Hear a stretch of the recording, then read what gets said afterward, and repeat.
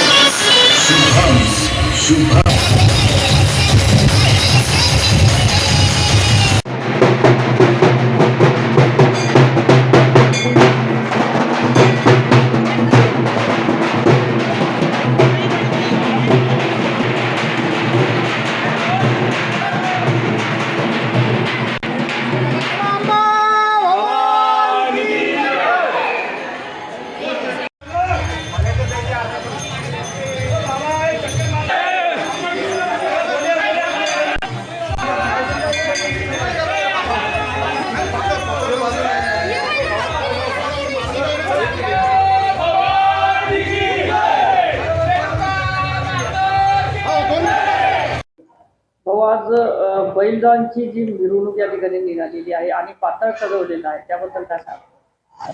आज आपल्या रेणुका देवीच्या यात्रेनिमित्त आम्ही सर्व बैलजोडीचे मानकरी वहन वगदी याला जी आपली बैलजोड्याची सेवा अर्पण करतात चिखली तालुक्यातून पूर्ण त्यांच्या वतीनं आज पातळ अर्पण करण्यात आलं होतं.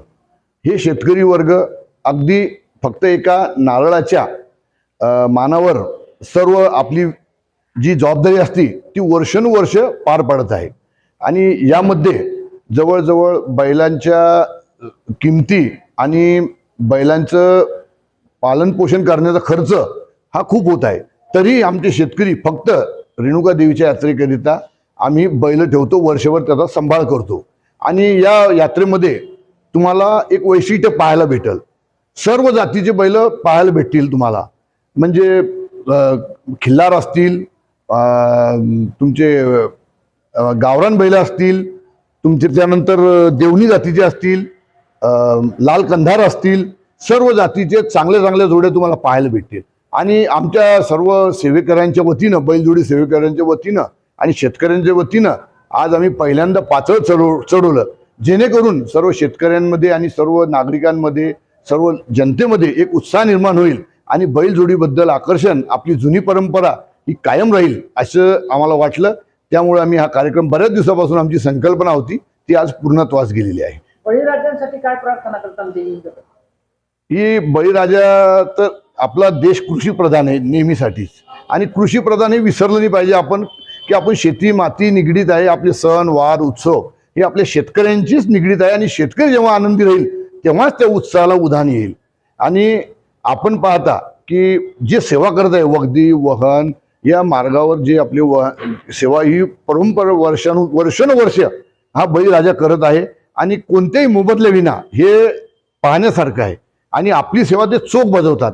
बळीराजाशिवाय कोणत्याही कार्यक्रमाला मजा नाही, आनंद नाही आणि त्याच्यात रस नाही.